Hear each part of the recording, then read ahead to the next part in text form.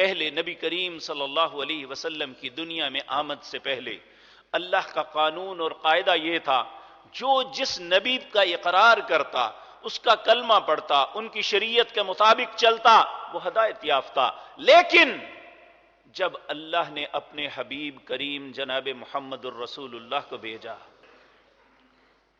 اس کے بعد پھر سارے قانون منسوخ، سارے ادیان منسوخ، اور یہ فیصلہ اللہ نے کر دیا، وَمَن يَبْتَغِ غَيْرَ الْإِسْلَامِ دِينًا فَلَن يُقْبَلَ مِنْهُ وَهُوَ فِي الْآخِرَةِ مِنَ الْخَاسِرِينَ۔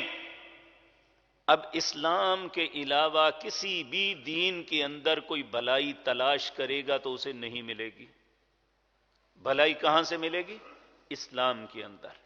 اسلام کیا ہے آج؟ جو محمد الرسول اللہ نے فرمایا، جو محمد الرسول اللہ پہ نازل ہوا، یعنی قرآن۔ اس کے علاوہ کوئی چیز اسلام نہیں ہے، کیونکہ عیسیٰ